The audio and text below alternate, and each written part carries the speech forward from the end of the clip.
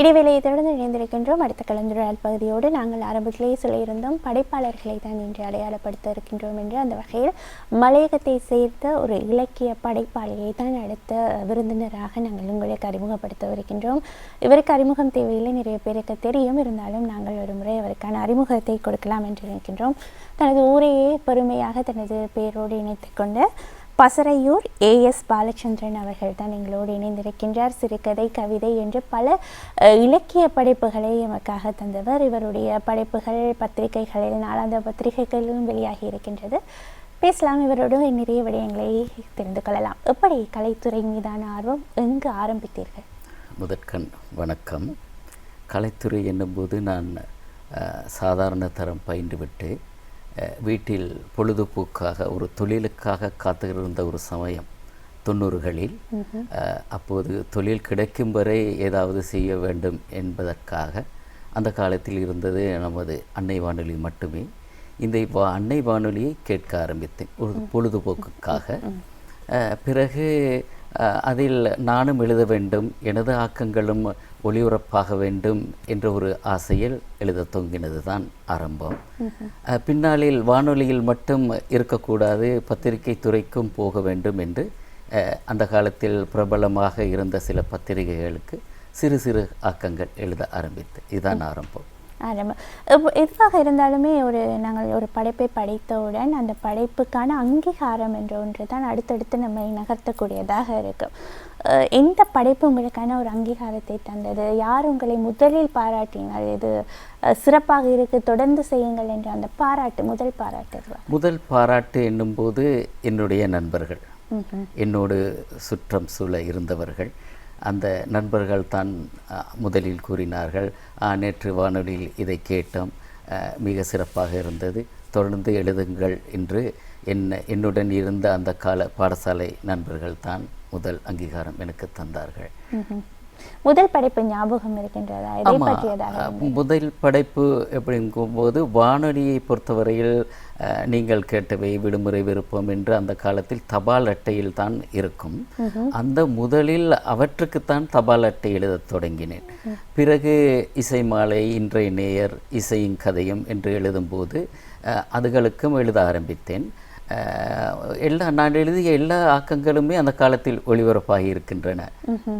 சரி, ஒரு படைப்பாளியாக உங்களுக்கு எந்த படைப்பாளியை பிடிக்கும்? யாராவது ஒருத்தர் நமக்கு ஒரு தூண்டுவதற்காக ஒருத்தர் இருப்பாங்க இல்லையா, அவங்க யாராவது? மலையகத்தின் மூத்த கலைஞர், கவிஞர் குறிஞ்சி தென்னவன். அவரை நான் முதலில் ஏற்கனவே அவருடைய ஆக்கங்கள் பலவற்றை நான் தெரிந்து வைத்திருந்தாலும் இலங்கையின் பிரபலமான ஒரு கலைஞர். அவரை நான் முதலாக பசறையில் நடந்த சாகித்ய விழாவின் போது நேரில் சந்தித்தேன். அப்போது எனக்கு தட்டி கொடுத்து, தம்பி தொடர்ந்து எழுதுங்கள், உங்கள் கவிதைகள் எல்லாம் மிக சிறப்பாக இருக்கின்றன, நல்ல ஒரு எழுத்தாற்றல் இருப்பதாக எனக்கு தெரிகிறது என்று முதலில் தட்டி கொடுத்து என்னை ஊக்கப்படுத்தியவர் கவிஞர் குறிஞ்சி தென்னவன். சரி, உங்களுடைய ஒரு கவிதையை நாங்கள் கேட்கலாமா? கவிதையை பார்த்துவிட்டு அப்படியே நிறைய விடயம் பேசலாம். ஆமாம், நான் எழுதுகின்ற எல்லாவற்றையுமே மலையக சார்பாகத்தான் எழுதி கொண்டிருக்கிறேன். மலையகத்தில் நடக்கின்ற சம்பவங்கள், நான் பார்க்கின்ற சம்பவங்கள், நான் கேள்விப்படுகின்ற சம்பவங்களைத்தான் எழுதி கொண்டிருக்கிறேன். இப்போது நீங்கள் ஒரு கவிதையை கூற சொன்னார். அரவணைக்க யார் வருவார்? தேயிலை வளர்க்க வந்த தென்னவர் நாங்கள், இங்கு ஒற்றுமையாய் பயிர் வளர்த்து உன்னதம் செய்தோம். உரிமைகளை வென்றெடுக்க உதிரம் கொட்டிய வியர்வை சிந்தி உயிரை கொடுத்து வளர்த்திட்டோம். சளைக்காது உழைத்தாலும் சன்மானம் ஏதுமில்லை, உழைத்து உழைத்து உருகுலைந்து ஊதாரியானோமே, நட்ட பயிருக்கு உரமாகி போனோமே. குங்காணி தலையோடு கூடையைச் சுமந்தும் கங்காணி சொல் கேட்டு கணக்காய் கொழுந்தெடுத்தும். கொங்காணி தலையோடு கூடையை சுமந்தும் கங்காணி சொல் கேட்டு கணக்காய் கொழுந்தெடுத்ததும் அரைச்சோட்டு கஞ்சிக்காகவா? ஆண்டாண்டு காலமாய் ஆடுகள் கந்தலாய் அணிந்ததும், ஆண்டாண்டு காலமாய் ஆடுகள் கந்தலாய் அணிந்ததும் அழுக்கோடும் அருவருப்போடும் இருந்தோமே, அடிமை வாழ்வதற்காகவா? எதிர்கால வாழ்வுக்கு கனவு கண்டு எங்கள் நிகழ்கால வாழ்வின் சுகங்களை அடுத்தவர்க்கு அர்ப்பணித்துவிட்டு அழுத்து போய் இருக்கிறோமே, அரவணைக்க யார் வருவார்? மலையகம் என்று சொன்னதுடன் மலையகம் சார்ந்த விடயங்களை எழுதுகின்றேன் என்று சொன்னவுடன் பஞ்சமே இல்லை, நிறைய விடயங்கள் இருக்கின்றது. மலையகம் சார்ந்த விடயங்களை எழுதுவதற்கும் அது தொடர்பாக பேசுவதற்கும் ஒரு வழி நிறைந்த பல விடயங்கள் அங்கு இருக்கின்றது. அதை வெளிப்படுத்துவது என்பது சிறப்பாக இருக்கும். இப்போது கலைக்காக நீங்கள் ஒரு விடயத்தை கொடுத்தீர்கள் என்று சொல்லும்போது அது உங்களுக்கு ஒரு விடயத்தை திருப்பி கொடுத்திருக்கும். என்ன கலையினூடாக நீங்கள் பெற்றுக்கொண்டீர்கள்? கலையினூடாக நான் பெற்றுக்கொண்ட விடயம் என்னும்போது நல்லா எழுதுவதற்கு கற்றுக்கொண்டிருக்கிறேன். அந்த எழுத்தாற்றல் மூலமாக எனது கற்பனை ஆற்றல் திறமையை வளர்த்து வைத்திருக்கிறேன். கற்பனை ஊற்றை அப்படியொரு எழுத்தோடு கலந்து இப்போது எழுதி கொண்டிருக்கிறேன். இதைத்தான் சொல்லலாம். கற்பனை என்று சொல்லும்போது இந்த சிறுகதை எழுதுவதில் நிறைய நாங்கள் கற்பனையோடு எழுத வேண்டிய ஒரு விடயம் இருக்கும். எவ்வாறான சிறுகதைகள் எழுதியிருக்கின்றீர்கள்? உங்களுக்கு நெருக்கமான சிறுகதை எது? முதலில் சிறுகதை என்னும்போது அந்த காலத்தில் பிரபலமான பத்திரிகை இருந்தது சிந்தாமணி. சிந்தாமணியில் ஒரு ஆக்கம் வருவது என்று இது குதிரை கொம்பு போன்ற விஷயம். அந்த அளவுக்கு அந்த காலத்தில் அந்த பத்திரிகைக்கு மவுசு இருந்தது.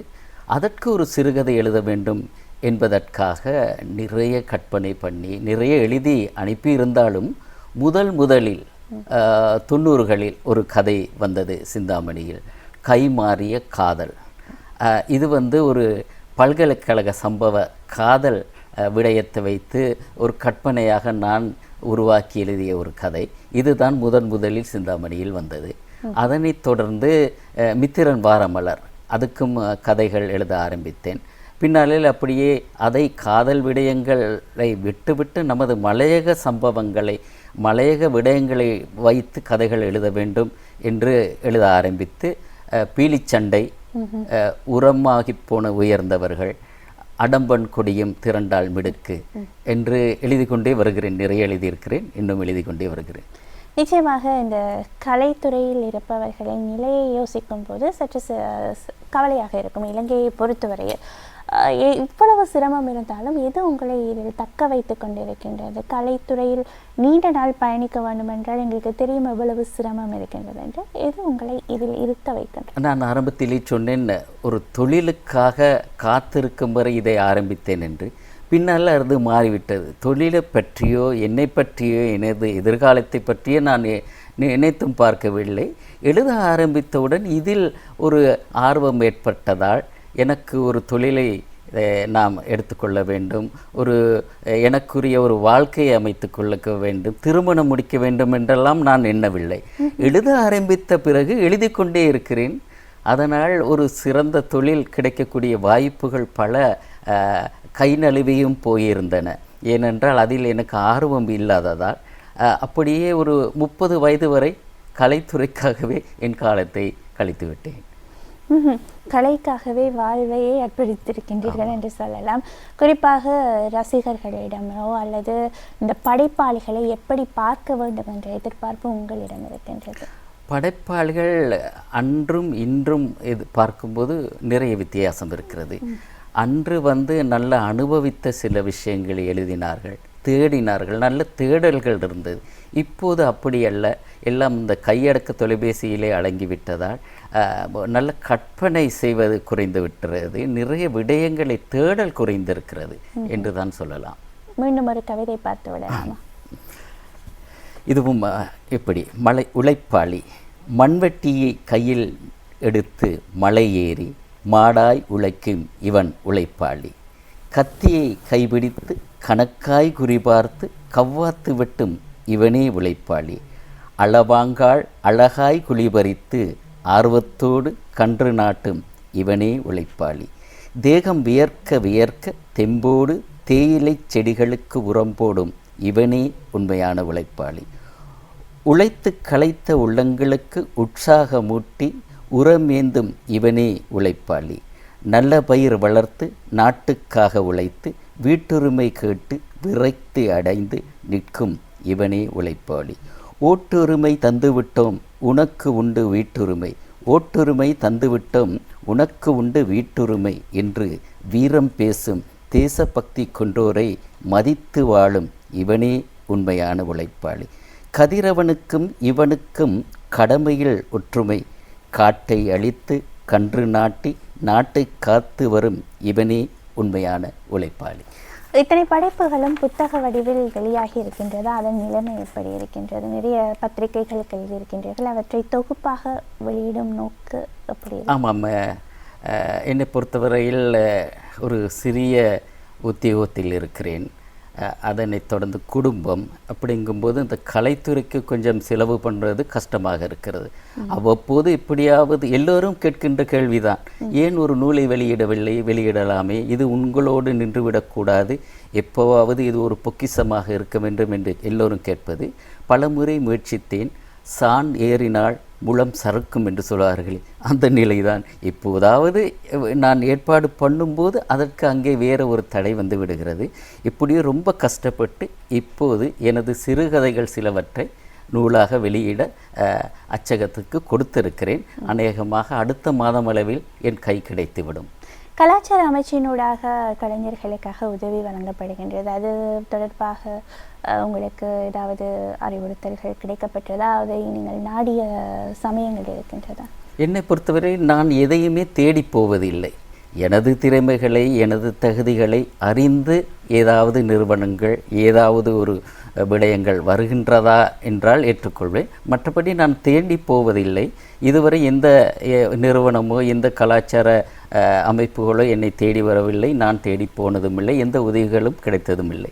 துரதிருஷ்டவசமான ஒரு நிலை இலங்கையை பொறுத்தவரையில் படைப்பாளிகளாக இருக்கட்டும் அல்லது அங்கீகாரம் தேடுபவர்களாக இருக்கட்டும், அதற்கான விண்ணப்பங்களையும் தேவைகளையும் நாங்களே நாட வேண்டிய தேவை இருக்கின்றது.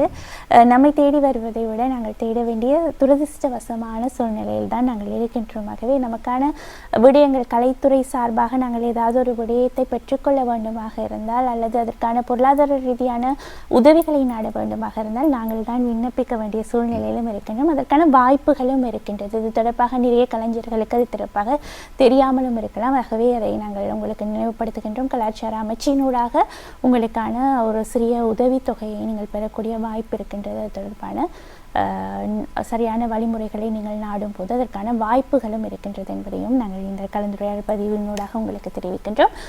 குறிப்பாக சிறுகதை எழுதும் போது எவ்வாறான விடயங்களை நாங்கள் சிந்திக்க வேண்டும், எவ்வாறான அம்சங்கள் அந்த சிறுகதையில் இருக்க வேண்டும்?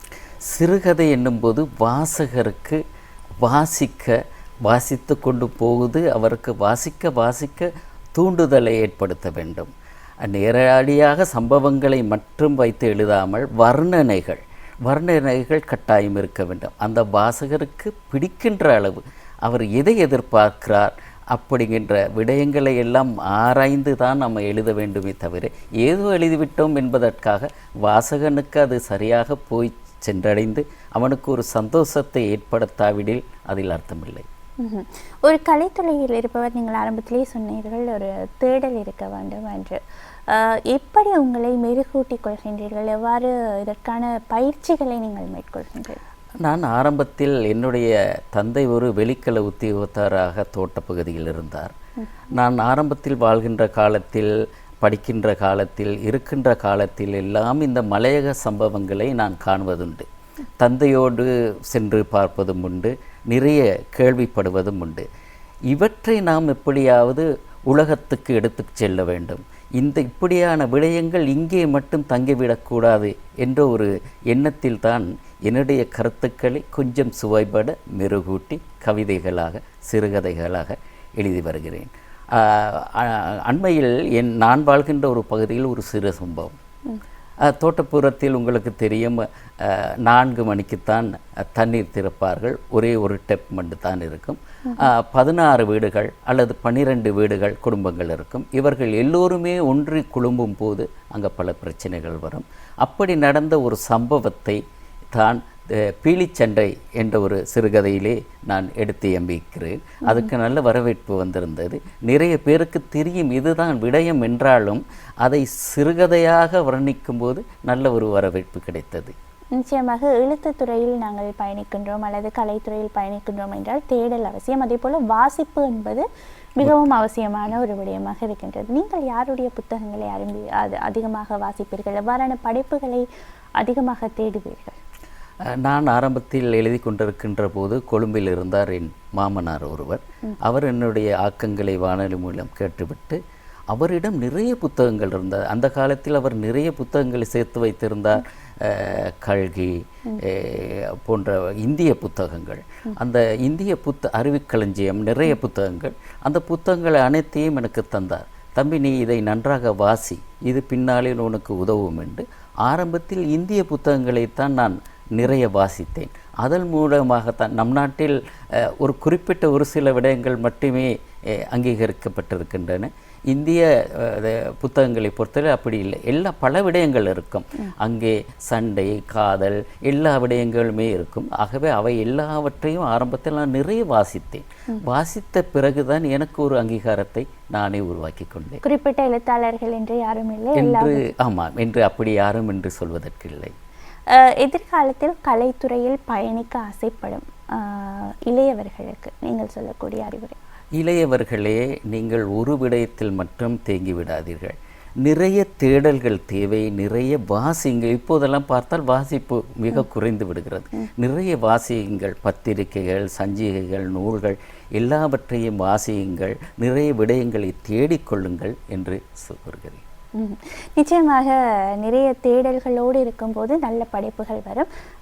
தற்போது என்ன படைப்பை நீங்கள் மேற்கொண்டு வருகின்றீர்கள்? ஏதாவது எழுதி கொண்டிருக்கின்றீர்கள்? தொடர்ந்து சிறுகதை தான் எழுதுகிறேன். எழுதி இப்போது கடந்த 2 மாதங்களுக்கு முன்னால் தமிழன் பத்திரிகையில் ஒரு சிறுகதை வந்தது. இப்போதும் எல்லா பத்திரிகைகளுக்கும் சிறுகதைகள் தான் எழுதி கொண்டிருக்கிறேன். இந்த கலையினூடாக நிறைய தொடர்புகள் ஏற்பட்டிருக்கும். அப்படி உங்களுக்கு கிடைத்த ஒரு நட்பாக இருக்கலாம், அல்லது ஒரு ஆளுமை உங்களுடன் இணைந்திருக்கலாம். அவர்கள் பற்றிய அனுபவங்கள்? நிறைய நண்பர்கள் இருக்கிறார்கள். மலையகத்திலும் சரி, எல்லா இடங்களிலும், இந்தியாவில், மலேசியாவில் எல்லா இடங்களிலும் இருக்கிறார்கள். ஆனால் எனக்கு கிழக்கு மாகாணத்தில் உள்ள அக்கரைப்பட்டு, அட்டாளைச்சேனை போன்ற பகுதிகளில் அங்கு உள்ளவர்கள் என்னை மிக சிறப்பாக மதிக்கிறார்கள். வானொலியில் இருந்தாலும் சரி, தொலைக்காட்சி, பத்திரிகை எதுவாக இருந்தால் எனது ஆக்கங்கள் போனால் உடனே அவர்கள் எனக்கு பாராட்டு தெரிவிப்பார்கள். உடனே தொலைபேசி அழைப்பு எடுத்து நேற்று பார்த்தோம், வாசித்தோம், கேட்டோம் என்று கிழக்கு மாகாண ரசிகர்கள் நிறைய இருக்கிறார்கள். அண்மையில் கூட நேரில் போய் பார்த்து அவர்களை எல்லாம் சந்தித்து விட்டு அவர்கள் அனைவருக்கும் நன்றி தெரிவித்து விட்டு வந்திருக்கிறேன். நிச்சயமாக. இப்போது இந்த காலம் மாறி இருக்கின்றது. என்னதான் புத்தகத்தை வெளியிடுங்கள் என்று நாங்கள் சொன்னாலும் கூட இந்த காலம் சமூக வலைத்தளங்களினூடாக தங்கள் திறமைகளை வெளிப்படுத்தக்கூடியவர்கள் ஏராளமாக. தொழில்நுட்பத்தோடு நீங்கள் எப்படி உங்களால் போட்டியிட முடிகின்றதா? அந்த தொழில்நுட்பத்தினூடாக உங்களை இலகுவாக மக்களை சென்றடையக்கூடிய வாய்ப்பை பெற்றிருக்கின்றீர்கள்? ஆமாம், தொழில்நுட்பம் மிக இப்போது முன்னேறி கொண்டு போகிறது. ஆரம்பத்தில் நான் எழுதிய விடயங்கள் எல்லாம் நான் அப்படியே பத்திரிகையில் வந்தால் அதை அப்படியே மடித்து ஃபைல் பண்ணி வைத்திருப்பேன். அது யாருக்கும் தெரியாது. இப்போது இந்த ஃபேஸ்புக் முகநூல் வந்தவுடன், யூடியூப் அது போன்ற இதுகள் எல்லாம் வந்தவுடன் என்னுடைய ஆக்கங்களை எல்லாம் இப்போது ஃபேஸ்புக்கில் எடுத்து என்னுடைய நூல் தளத்திலே போடுகின்றேன். நிறைய பேர் பார்க்கிறார்கள். பல விஷயங்கள், நிறைய சிலர் கண்டும் காணாத பல விடயங்களை நான் எடுத்து போகின்றேன்.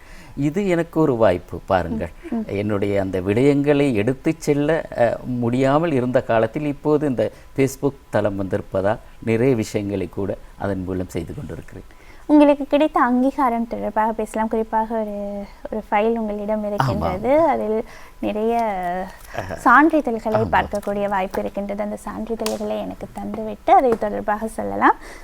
முதலாவதாக ஊவா மாகாண தமிழ் சிங்கள அரசு சாகித்ய விழாவில் ஒரு சான்றிதழ் உங்களுக்காக வழங்கப்பட்டு இருக்கின்றது. அந்த சான்றிதழ் தொடர்பாக சொல்ல முடியுமா? இது எப்போது கிடைத்தது? ஒவ்வொரு வருடமும் ஊவா மாகாண நூலகத்தில் இந்த கலாச்சார விழா நடைபெறும். போட்டிகள் ஒவ்வொரு வருடமும் நடைபெறும். அப்போ கடந்த 2 வருடங்களுக்கு முன்பு நானும் அந்த போட்டியில் கலந்து கொண்டேன். அதற்கு கிடைத்த அந்த 2 சான்றிதழ்கள்.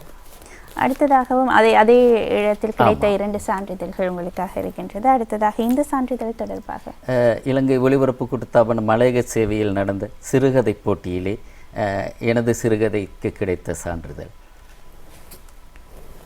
அடுத்ததாக இளைஞர் பரிசளிப்பு. ஆமாம், இதை சொல்லியாக வேண்டும். 1992ஆம் ஆண்டு இளைஞர் விவகார விளையாட்டுத்துறை அமைச்சு நடத்திய அந்த இளைஞர் விவகார போட்டியிலே அகில இலங்கை ரீதியாக எனது சிறுகதைக்குத்தான் முதலாவது இடம் கிடைத்தது. அந்த சான்றிதழ் அப்போது பரிசும் கிடைத்தது, பணப்பரிசு. அந்த நேரத்தில் 92,000 ரூபாய் பணப்பரிசும் கிடைச்சது. அந்த சான்றிதழ் அது. தேசிய கத்தோலிக்க எழுத்தாளர் சங்கத்தினாலும் கூட உங்களுக்காக ஒரு சான்றிதழ் வழங்கப்பட்டிருக்கின்றது. அது தொடர்பாக ஆமாம், அவையெல்லாம் சிறுகதைக்கு கிடைத்தவை. சிறுகதை போட்டிகளுக்காக நான் பங்கு பற்றி எடுத்துக்கொண்டவை. நிச்சயமாக மேலும் நிறைய சான்றிதழ்கள் இருக்கின்றது. அதை பற்றி பேசுவதற்கு நேரம் போதாமையினால் நாங்கள் எதிர்ந்தளவில் முடிவுக்கு கொண்டு வருகின்றோம். குறிப்பாக நிறைய படைப்புகள், மலையகம் சார்ந்த படைப்புகள் நீங்கள் வெளியிட வேண்டும். அது தொடர்பான அங்கீகாரமும் உங்களுக்கு கிடைக்க வேண்டும் என்று நாங்கள் வாழ்த்துகின்றோம். எங்களால் முடிந்த பல விடயங்களை உங்களிடமிருந்து கேட்டு தெரிந்திருந்தோம். நன்றி எங்களிடம் இணைந்து கொண்டமைக்காக. இன்று எங்களோடு இணைந்திருந்தார் பசறையூர் ஏஎஸ் பாலச்சந்திரன் அவர்கள், மலையக படைப்பாளர். அவருடைய இலக்கிய படைப்பு, அவருடைய அனுபவம் தொடர்பாக எங்களோடு பகிர்ந்திருந்தார். இந்த அளவில் நாங்கள் நிகழ்ச்சியை நிறைவுக்கு கொண்டு வரும் தருணத்திற்கு வந்திருக்கின்றோம். நிகழ்ச்சியில் ஒரு பாடலோ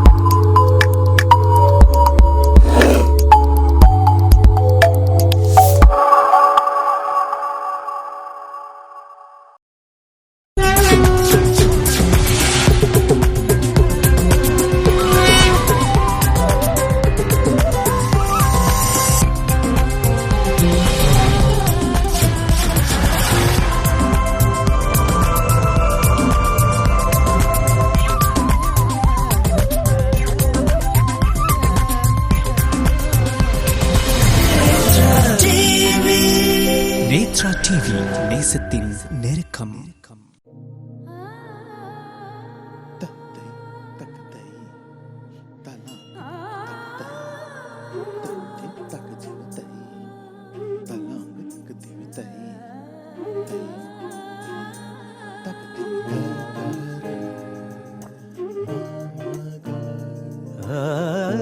வெள்ளை தாமரையில் வீற்றிருப்பார், வீணையில் ஸ்வரங்கள் விதைத்திருப்பார்.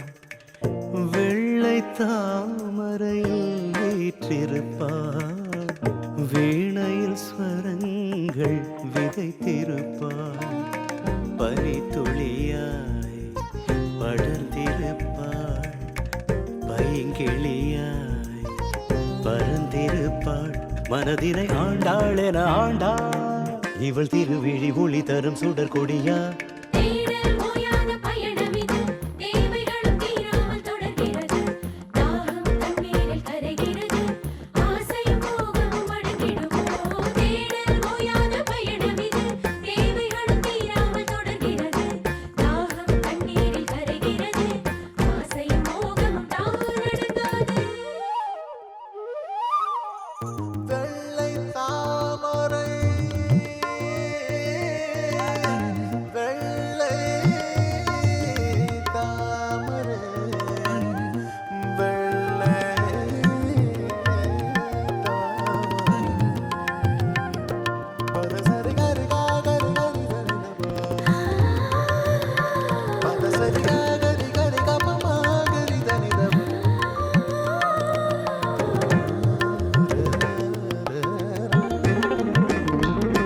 சுடராகும் ஒரு பெண்மை, நிழலாகும் ஒரு உண்மை, தொடராகும் இதன் தன்மை ஓய்வதில்லை. மலராகும் மனம் தாய்மை, மனம் வீசும் அதன் மென்மை, இலை மூடி மறைத்தாலும் காய்வதில்லை. ஒருமையில் பூமியாய் வாழ்ந்திருக்கும், வெண்மைக்குள் எரிமலை விழித்திருக்கும். நெருப்புக்கும் அஞ்சாத பேதை சீதை, கணவனின் சொல்லுக்கு கல்லாயான. சில நேரம் மின்னலுடன் வானம் தூறலிடும், வானவில்லின் நிறஜாலம். மழையோய்ந்து நின்றாலும் பூக்கள் குடை விரிக்கும், காலம் வரைந்த பொன்னோவியம்.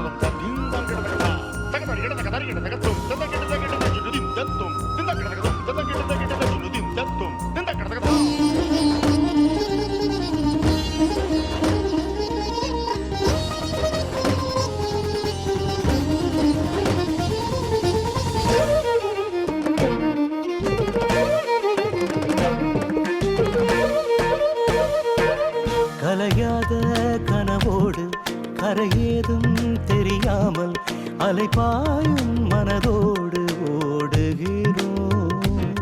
சில நேரம் அறியாமல் தலை காலும் புரியாமல் நிலை மாறி தடுமாறி ஆடுகிறோம். சுடும் என்று ஞானிகள் சொல்லியதை படும் வரையேனோ தள்ளி வைத்தோம். இருப்பதை பாராமல் எங்கோ தாவி பறப்பதை தேடோடி பாயும் நெஞ்சே. தினம் வேக வேகமுடன் ஏகமோகமுடன் ஆடும் ஆட்டம் இந்த வாழ்க்கை. நதி நீரில் நீர் குமிழி போல நாம் மிதந்து நாளும் நாளும் தள்ளாடினோம்.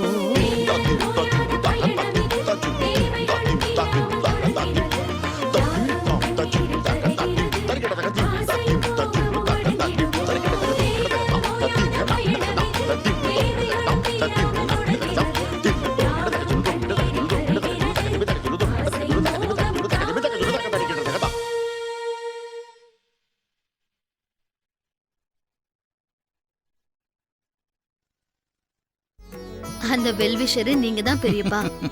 என்ன விட்டுருமா? ஏன் பெரியப்பா அப்படி சொல்றீங்க? பாருமா, நான் உன்னோட வெல்விஷர் தான். என்கிட்ட டிஸ்கஸ் பண்றதுனால எந்த பிரயோஜனமும் இல்லம்மா. நீ வேற யாரையாவது பார்த்து ஏற்பாடு பண்றதாமா நல்லது. நீங்க இல்லனா வேற யாரு? கணேசன். அவரை உன்ன நல்லா இருக்கணும்னு நினைக்கிறவரு. இத பாருமா தாமரை, கணேசன் சரியான ஆளுதான். நீ இனிமே எதுவா இருந்தாலும் காலேஜ் பத்தி எந்த விஷயமா இருந்தாலும் கணேஷ்கிட்டே டிஸ்கஸ் பண்ணிக்கம்மா. சரிங்க பெரியப்பா.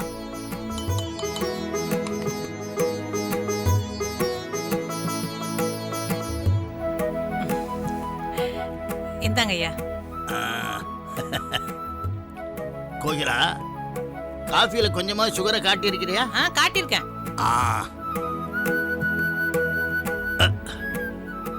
என்ன கோகிலா, அது காப்பில சுத்தமா சுகரே இல்லம்மா. நான் சுகர் காட்டியிருக்கேன்னு சொன்னது உங்க காஃபில இல்லையா, தாமரம்மா காஃபில. பாத்தியா, நீ கூட என்ன ஏமாத்திட்டியம்மா. இல்லையா, நான் உங்களை எப்பவுமே ஏமாத்த மாட்டேன், ஏமாத்தவும் நினைக்க மாட்டேன். உங்களை யாராவது ஏமாத்தணும்னு நினைச்சாலும் அதுக்கும் விட மாட்டேன். எல்லாமே உங்க நல்லதுக்கு தான் ஐயா. இல்லம்மா, மத்தவங்க நட்புக்காக நாம எது வேணும்னாலும் செய்யலாம். அதனால நமக்கு கஷ்டம் வந்தாலும் பரவாயில்லம்மா. அப்போ நான் போற காஃபி குடிக்கிறது உங்களுக்கு அவ்வளவு கஷ்டமா இருக்காயா? சாச்சா, அப்படிலாம் எதுவும் இல்லம்மா. தாமரம்மா, நீங்க காலேஜ் பொறுப்பை ஏத்துக்கிட்டதுக்கு அப்புறம் தான் ஐயா முகத்துல இவ்வளவு சந்தோஷத்தை பாக்குறேன். இது வரைக்கும் இப்படி சிரிச்சு நான் பார்த்ததே இல்லம்மா. கோகிலா சொன்னது கரெக்ட் தானம்மா. பாரு, இந்த காலேஜோட நிலைமை என்ன ஆகுமோ ஏதாகுமோ நினைச்சு ரொம்ப பயந்துகிட்டு இருந்தேன். இப்ப அந்த பயமே போயிடுச்சுமா. பெரியப்பா, இனிமே நீங்க நிம்மதியா இருக்கணும், இப்படி சிரிச்சுக்கிட்டே இருக்கணும். இதுக்காக நான் எந்த கஷ்டத்தையும் சுமக்கிறதுக்கு தயாரா இருக்கேன். வெல் செட் தாமரை.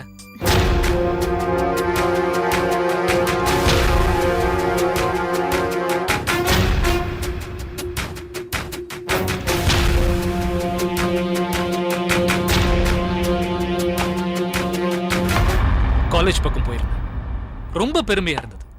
அங்க ஸ்டூடெண்ட்ஸ், ஸ்டாஃப்ஸ் எல்லாரும் உங்க புராணத்தை தான் பாடிட்டு இருக்காங்க. அப்பா, நீங்க காலேஜ் பொறுப்பை தாமரை கிட்ட ஒப்படைச்சது ரொம்ப நல்ல முடிவு. காலேஜ் நிர்வாகத்தை அவங்க அருமையா கவனிச்சுக்கிறாங்கன்னு கேள்விப்பட்டேன். ரொம்ப சந்தோஷமா இருந்தது. ஆரம்பத்துல நான் கூட கொஞ்சம் அவசரப்பட்டு உங்களை ஏதேதோ பேசிட்டேன். அதுக்காக இப்ப நான் உங்ககிட்ட மன்னிப்பு கேட்டுக்கிறேன்.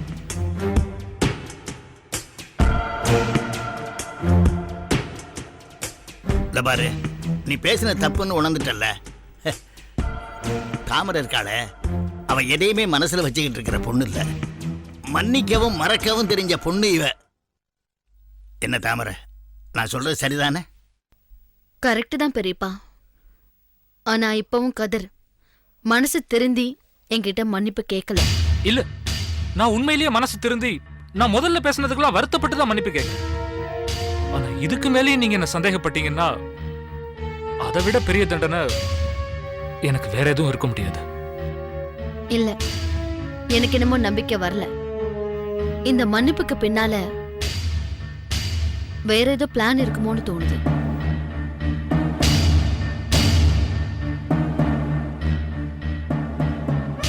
சொல்லு கதிர், உனக்கு என்ன வேணும்? சோ நீங்க என்ன மன்னிக்க மாட்டீங்க, சந்தேக கண்ணோட தான் பாப்பீங்க, அப்படிதானே?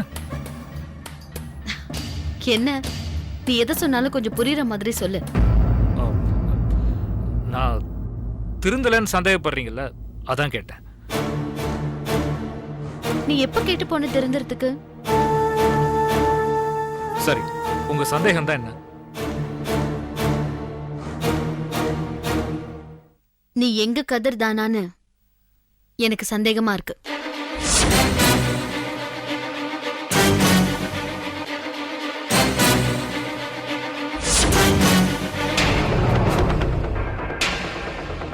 ஏன் இப்படி ஒரு சந்தேகம் உங்களுக்கு? கதிர் சின்ன வயசுல தாமரைன்னு என் மேல பாசமா இருப்பான். அது சின்ன வயசுல, அதுக்காக இப்பவும் அப்படியே இருக்க முடியுமா? பாசத்துக்கு எப்பவும் வயசு வித்தியாசம் கிடையாது. அப்படி பார்த்தா நீங்க கூட தான் இப்ப ரொம்ப மாறிட்டீங்க. காலம் உங்களை ரொம்பவே மாத்திடுச்சு. அதுக்காக நான் உங்க மேல கோவப்பட முடியுமா? இல்ல உங்களை சந்தேகம் தான் பட முடியுமா? என் சின்ன வயசுல என்ன ஒரு நாள் கூட நீங்க மனசு வருத்தப்பட வச்சதே இல்லை.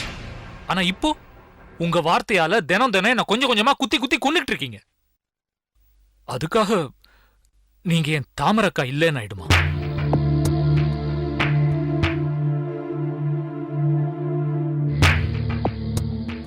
இப்ப எதுக்காக உங்க 2 பேருக்குள்ள தேவையில்லாம வாக்குவாதம் பண்ணிட்டு இருக்கிறீங்க?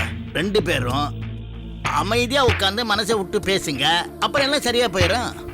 நான் பேச தயாரா தான் இருக்கேன். உங்க பொண்ணு வருவாங்களா? தாமரை, வர்ற சண்டே அன்னைக்கு நீ நம்ம வீட்டுக்கு வந்துரு. இங்கேயே லஞ்சு சாப்பிட்டு கதிர் இருக்கான அவங்கிட்ட நீ மனசு விட்டு பேசு. என்னம்மா, சரியா? சரிங்க பெரியப்பா. என்னம்மா சரின்னு சொல்லிட்டு எந்திரிச்சிட்ட? வீட்டுக்கு தான் பெரியப்பா. நான் வந்து ரொம்ப நேரம் ஆச்சுல, அப்பா தேடுவாரு. நான் வரேன். சரிம்மா. சரி பெரியப்பா, போயிட்டு வரேன். வரேன் கோகிலா. போயிட்டு வாமா. வரேன். சரி.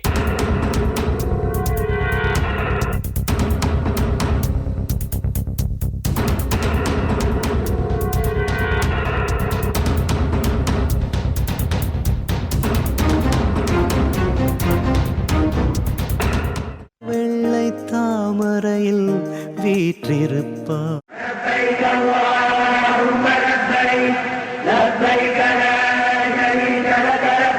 புனித அரபா நமீரா பள்ளிவாசலில் இடம்பெறும் குத்பா பேருரையின் தமிழ் மொழிபெயர்ப்புடனான நேரடி ஒளிபரப்பு இம்மாதம் 5ஆம் தேதி பிற்பகல் 2:30 முதல் நேத்ரா டிவியில். ஐரோப்பிய தொழில்நுட்பத்தில் உருவாக்கும் மல்டிலேக் தூரிகை வர்ணக்கலையில் உங்கள் எதிர்காலம். Amana Bank. It's your bank. எண்ணெய் அனைத்தையும் சுலபமாக நீக்குகிறது. Star dish wash magic top.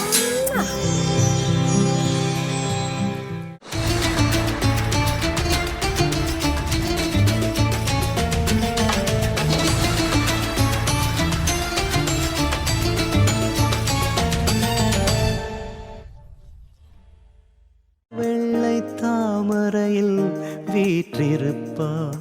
Sir, உங்க காலேஜ் காம்பவுண்ட் பக்கத்துல இருக்கிற காலி லேண்டை எங்க ஓனர் கொடுத்தீங்கன்னா அவரோட அபார்ட்மெண்ட்ஸை எக்ஸ்டெண்ட் பண்ண வசதியா இருக்கும். ரேட் ஒன்றும் பிரச்சனை இல்லை சார்.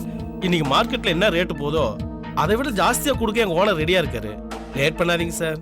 சந்தோஷம், கவலைப்படாம போங்க. அந்த இடத்துல உங்க அபார்ட்மெண்ட் வர வேண்டியது என்னோட பொறுப்பு.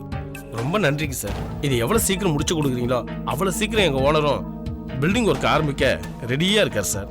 லேட் பண்ணிடாதீங்க சார். நானாவது லேட் பண்றதாவது, நீங்க அப்படி ஏதாவது பண்ணாம இருந்தா சரி. அப்போ அந்த லேண்ட் எங்களுக்கு கிடைச்சா மாதிரின்னு சொல்லுங்க. ஆமாங்க, அதுல என்ன உங்களுக்கு சந்தேகம்? காலேஜ் நிர்வாகம் இப்ப என் பொண்ணு கையில இருக்கு.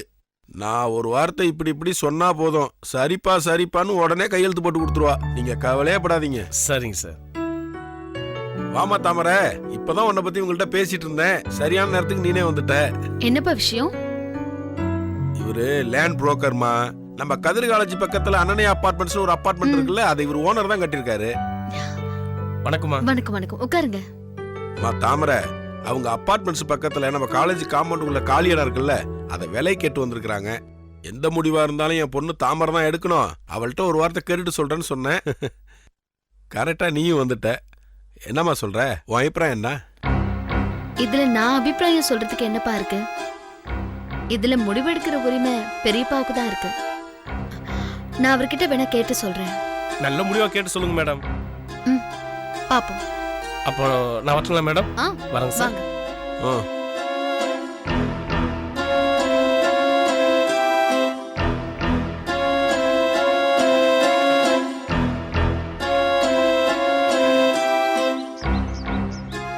சார், நீங்க ஸ்ட்ராங்கா பேசுற அளவுக்கு உங்க பொண்ணு பேச மாட்டேங்கிறாங்களே சார்.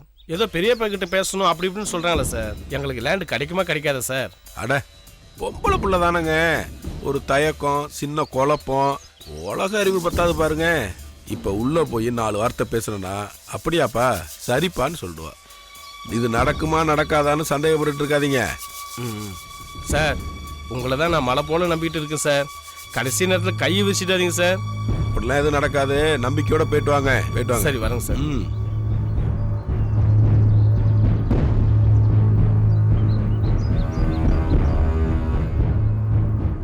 தாமரை, தாமரை. என்னப்பா? அந்த காலேஜ் லேண்ட் மேட்ரு. அப்பா, அதுல நான் பேசுறதுக்கு ஒண்ணும் இல்லப்பா.